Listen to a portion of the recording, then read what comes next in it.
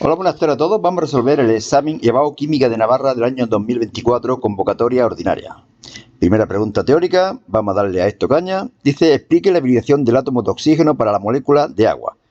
Bueno, la hibridación es sp3. Como veis aquí, estos son los orbitales con los electrones situados en cada uno de ellos. Se produce la hibridación de un orbital 2s con los 3 orbitales 2p y se obtienen 4 orbitales híbridos sp3.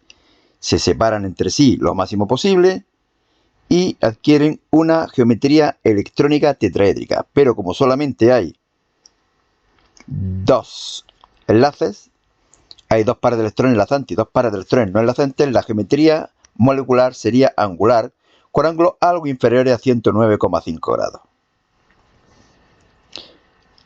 Seguimos. Justifique el valor del ángulo, ya digo que sería algo menor a 109,5 grados. Por aquí podéis detener el vídeo, leerlo con más detenimiento y yo paso al apartado siguiente.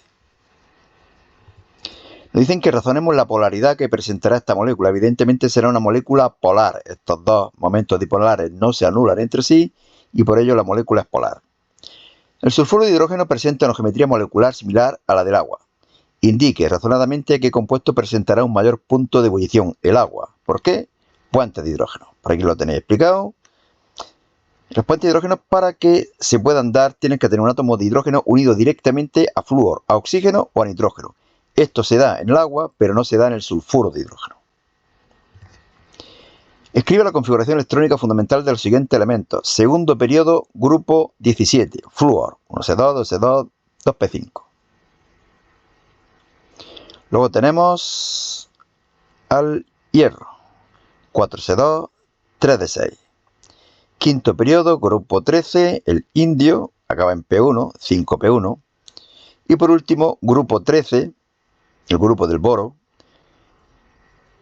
Tercer periodo del grupo 1, el sodio.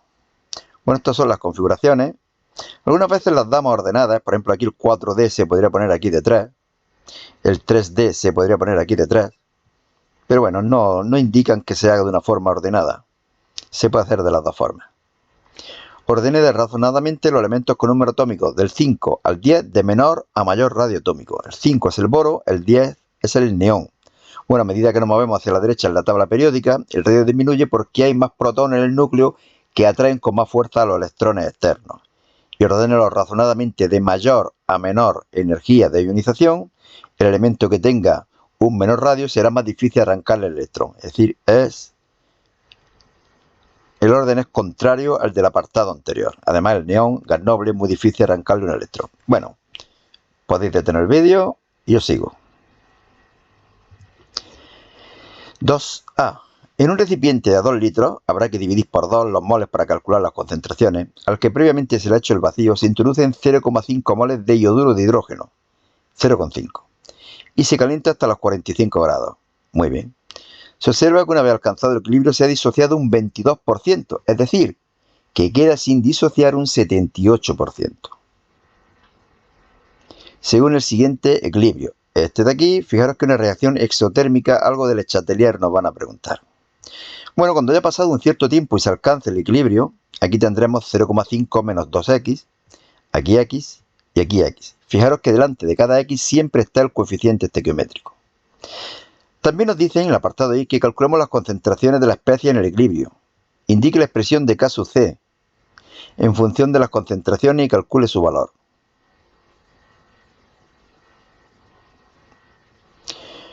Bueno, pues nos decían que en el equilibrio queda un 78% de ioduro de hidrógeno, del inicial. Por lo tanto, 0,5 menos 2x, que es lo que queda, será igual al 78% de 0,5. Es decir, 0,78 por 5. De aquí despejamos x y da un valor de 0,055. Ya podemos calcular los moles y por lo tanto las concentraciones de las tres sustancias. Los moles serían estos aquí indicados, 0,39, 0,055 y 0,055. Dividimos por 2 y obtenemos las concentraciones de las tres sustancias. Evidentemente, hidrógeno e yodo iguales, las concentraciones. Caso C, concentraciones de productos dividido concentraciones de reactivos elevado a sus coeficientes estequiométricos. Sustituimos, calculamos y obtenemos un valor de 0,02. Nos dicen ahora que escribamos la ecuación que relaciona K sub P y K sub C. Esta de aquí, supongo que la conocéis. Delta N es el aumento de moles gaseosos que se produce en la reacción. Pero en nuestro caso, hay los mismos moles gaseosos a la izquierda y a la derecha. Y por lo tanto, K sub P es igual a K sub C igual a 0,02. Esto ocurre siempre que el número de moles gaseosos es el mismo en los reactivos y en los productos. Explique cómo afectará el equilibrio de la reacción un aumento de la temperatura. Recordar, era endotérmica. ¿Era endotérmica? Vamos a verlo aquí. No, era exotérmica. Y por lo tanto, al aumentar la temperatura, se desplaza hacia donde absorbe calor, es decir, hacia la izquierda, hacia los reactivos. Bueno, aquí lo tenéis, un poco más explicado. Y seguimos. Considera una mezcla gaseosa de tres gases de acuerdo con la siguiente ecuación química. SO2, oxígeno, SO3. Y teniendo en cuenta que delta H es negativo, es decir, exotérmica, explique cómo afectará cada uno de los siguientes cambios a la composición de la mezcla. Teoría y pura y dura. Aquí la tenéis. Yo lo digo muy brevemente. Duplicamos el volumen. Más volumen, menos presión, hacia donde haya más gases, hacia la izquierda. Añadimos catalizador. No afecta la posición de equilibrio, solo hace que se alcance con más rapidez. Aumento de la temperatura hacia donde sea endotérmica, como es exotérmica, hacia la izquierda.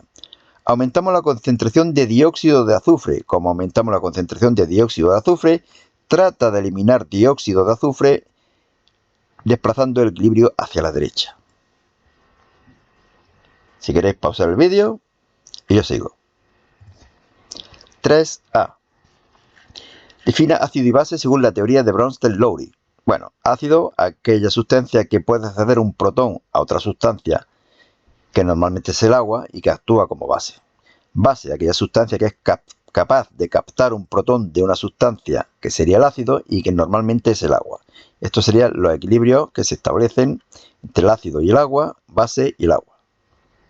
Aplicando dicha teoría, complete las siguientes reacciones químicas, tal y como están escritas, e indique los pares conjugados en cada una de ellas. Estas cuatro reacciones se refieren.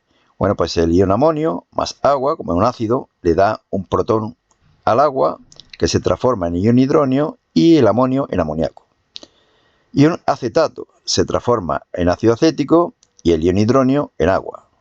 Es decir, el ion hidronio es el que da el protón al ion acetato.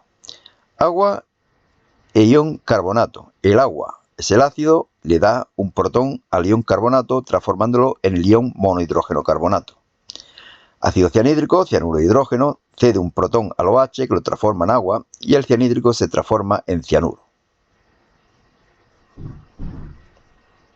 ¿Cuáles son los pares conjugados? Pues aquí hay un mogollón, desde luego.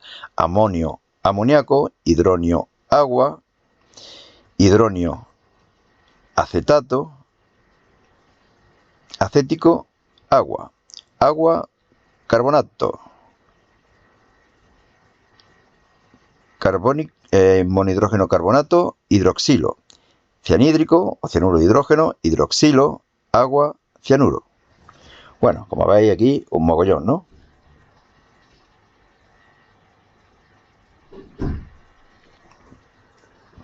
Agua, hidroxilo, perdón. Los pares de ácido conjugados, estaba liando, es amoníaco, ion amonio, amoníaco, hidronio, agua, hidronio, agua, acético, acetato, agua, hidroxilo, monohidrógeno carbonato, carbonato, cianhídrico, cianuro, agua, hidroxilo. Son ácidos pares conjugados, no los que están actuando como ácido y base en cada reacción, sino los conjugados, en los que se transforma una sustancia en otra. Tercer apartado dice, explique el concepto de sustancia anfótera, bueno, los que pueden actuar de una forma y de otra, de ácido y como ácido y como base, indique razonadamente si alguna de las sustancias del apartado anterior es anfótera. Sí, aquí tenemos el ion bicarbonato, por ejemplo, que con agua puede actuar como ácido, dándole un protón, o como base, captando un protón. Evidentemente, el agua también es una sustancia anfótera, puesto que puede actuar captando o cediendo un protón. He dudado de poner el NH2 negativo. Normalmente actúa como base, pero podría también actuar, el amoníaco también podría actuar como ácido transformándose en el NH2 negativo. No lo normal. El amoníaco es una base típica, pero bueno, Existe esa posibilidad, que ceda un protón y se transforme en el NH2 negativo. Se valoran 15 ml de una disolución acuosa de un ácido monoprótico, al que llamo HA, con una disolución acuosa de hidróxido de sodio 0,5 molar. El punto de equivalencia se alcanza tras añadir 22,5 ml de dicha disolución básica. Bueno, fijaros que me dan la molaridad y el volumen, ¿para qué? Para calcular el número de moles de hidróxido de sodio. 1,125 por 10 elevado a menos 2. Pero la estequiometría de la reacción me dice que el número de moles de cada sustancia es el mismo. Por lo tanto, también son los moles del ácido monoprótico. Me dicen que indique la reacción de neutralización. Aquí la tenemos. Y que calcule la concentración de ácido en la disolución inicial. Bueno, ya una vez que hemos calculado el número de moles, como sabemos también el volumen, podemos calcular la concentración. La podemos llamar C o la podemos poner entre corchetes, como queráis. Me da un valor de 0,75. Y pH de la disolución ácida inicial fue de 2,43. Calcule el valor de K sub A. Bueno, esto es el equilibrio. El pH me lo dan y puedo calcular la concentración de iones hidrógeno 3,7 por 10 elevado a menos 3. K sub A será igual a la concentración de los productos dividido la concentración de los reactivos. Estas dos son iguales, concentración de iones hidrógeno al cuadrado. Pero la que me quedará en el equilibrio de la sustancia ácida será la inicial menos la que se ha transformado en iones hidrógeno y en ion, acetato iba a decir, del anión correspondiente. Lo conozco todo, sustituyo, calculo y obtengo un valor de 1,83 por 10 elevado a menos 5. Pensar que las constantes de los ácidos débiles pues están en ese orden, 10 elevado a menos 5, 10 elevado a menos 4, 10 elevado a menos 6. Este podría ser 1,8 aproximadamente, como el vinagre, como el ácido acético. Y ahora nos dicen en la última que razonemos de manera cualitativa si el pH en el punto de equivalencia será básico, ácido o neutro. Bueno, se ha formado la sustancia después de la neutralización entre el ácido débil y el hidróxido de sodio, esta sustancia aquí, que no sé cómo se llama, evidentemente, porque no sé qué ácido era. Pero lo importante es que se disocia dando el ion sodio positivo y el anión A negativo. El sodio positivo no reacciona, puesto que es el ácido conjugado de una base fuerte, pero el A negativo sí reacciona con agua, puesto que es la base conjugada de un ácido débil. Produce el ácido e ion hidroxilo. Esta presencia de ion hidroxilo es la que nos indica que la disolución sería básica. El cobre metálico se hace reaccionar con nitrato de sodio, reacción redox, en presencia de ácido sulfúrico, formándose sulfato de cobre 2, sulfato de sodio, monóxido de nitrógeno y agua líquida. Escriba la reacción ajustada y ajústela por el método del ion electrón, señalando el agente oxidante y el reductor. Bueno, el oxidante es el que se reduce, por lo tanto el ion nitrato. Fijaros que aquí el número de oxidación es más 5 y pasa a más 2. La sustancia que se oxida es el reductor. Aquí es el cobre, que se oxida a cobre 2 positivo. Bueno, las reacciones son siempre iguales. Evidentemente aquí lo único que tenemos que hacer es igualar las cargas. Aquí estos 3 oxígenos, aquí solamente hay uno, lo compenso con 2 de agua, aparecen 4 hidrógenos que los compenso con 4 protones. Las cargas las compenso con 3 electrones. Casi último ya. Los electrones cedidos tienen que ser igual que los electrones captados. Multiplico por 3 y 2 y sumo. Reacción iónica. Y ahora la reacción molecular transformando estas sustancias en las moléculas correspondientes. Fijaros que aquí esto todavía no tendría por qué aparecer. ¿De acuerdo? Pero si miro, aquí hay 2 sodios y aquí todavía no habría ningún sodio. Por lo tanto me hacen falta 2 sodios. Pero es que sulfato, aquí tengo 4 y aquí tendría 3. Por lo tanto me faltan 2 sodios y un sulfato. ¿Eso qué es? Sulfato de sodio. Yo recomiendo que siempre comprobéis que no me he equivocado. Es muy frecuente equivocarse en alguna tontería, en alguna carga o en alguna cosilla así. Y calcula la masa de cobre del 95% necesario para obtener 12,5 litros de monóxido en estas condiciones. Bueno, si me dan las condiciones del monóxido, es para calcular el número de moles del monóxido. Fijaros que conozco presión, volumen, R y T, 0,49. Y ahora por estequiometría, vemos que el número de moles de cobre con respecto a los de NO es 1,5 veces superior. Siempre se divide por el número de moles de la sustancia que conocemos los datos y multiplicamos por el número de moles de la sustancia que me piden los datos. Obtengo un valor de 0,735. ¿Cuál sería la masa de cobre que necesito? Pues sería 0,735 dividido por el porcentaje para tener en cuenta la pureza del mineral y multiplicamos por la masa. Es decir, yo no necesito estos moles, necesito más moles puesto que son impuros. Divido por 0,95, multiplico por 63,55 y necesitaría 49,17 gramos del cobre que es impuro. ¿De acuerdo? Bueno, 4b. Razones si la pila, esta de aquí. Fijaros que aquí nos está diciendo que se oxida el níquel y que se reduce el zinc. Está bien representada de acuerdo con los potenciales estándar de reducción correspondientes. Bueno, ¿cuál es el elemento que tiende a reducirse? El que tenga mayor potencial de reducción, que es el níquel. Pero este número es mayor que este. Por lo tanto, el níquel tiende a reducirse. Y me están diciendo que se está oxidando. Pues nada, justo al revés. ¿Cómo sería? De esta forma. ¿De acuerdo? El zinc se reduce, el zinc se oxida, el níquel se reduce. Dibuje la pila correctamente. Bueno, pues yo siempre pongo a la izquierda el ánodo, la oxidación, el zinc se transforma en zinc 2 positivo, C de electrones que vienen por el circuito externo y llegan hasta el cátodo. En el cátodo, el níquel 2 positivo capta electrones y se transforma en níquel.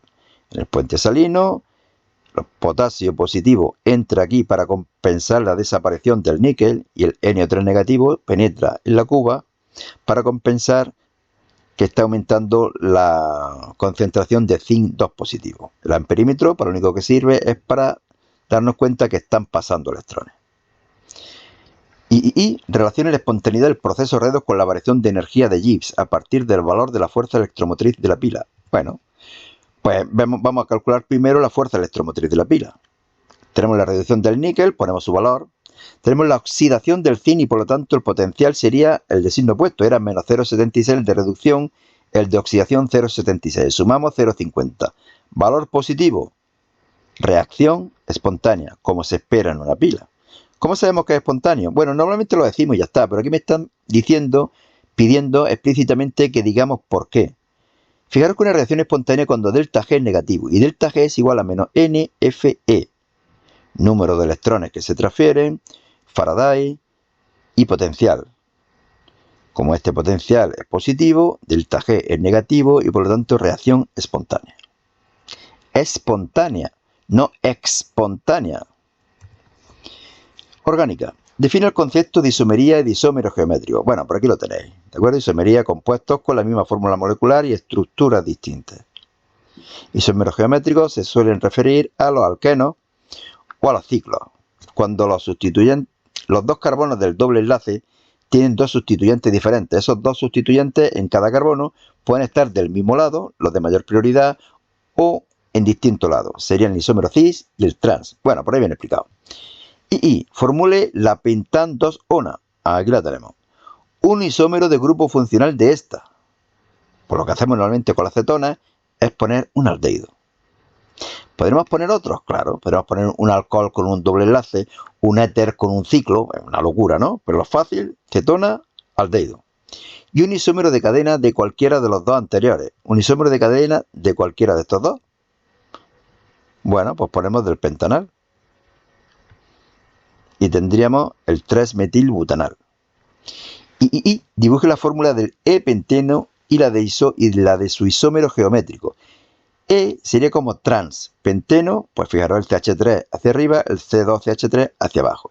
Y el Z, que sería equivalente al cis, tenemos el CH3 hacia abajo y el CH2CH3 hacia abajo también. ¿Qué ocurriría si estuvieran los dos hacia arriba? Que sería el mismo compuesto. Estaría la molécula entera girando, pero sería la misma molécula. Bueno, último ejercicio, el etanoato de etilo, también conocido como acetato de etilo, no lo dicen aquí, es un componente de los pegamentos de uso corriente, muy bien, que se obtiene a escala industrial por reacción del ácido acético con etanol. Ácido acético y etanol.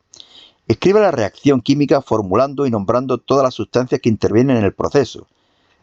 Ácido etanoico y etanol, hombre, se ha caído media casa, se transforma en etanoato de etilo y agua. Es una reacción, por lo tanto, de condensación.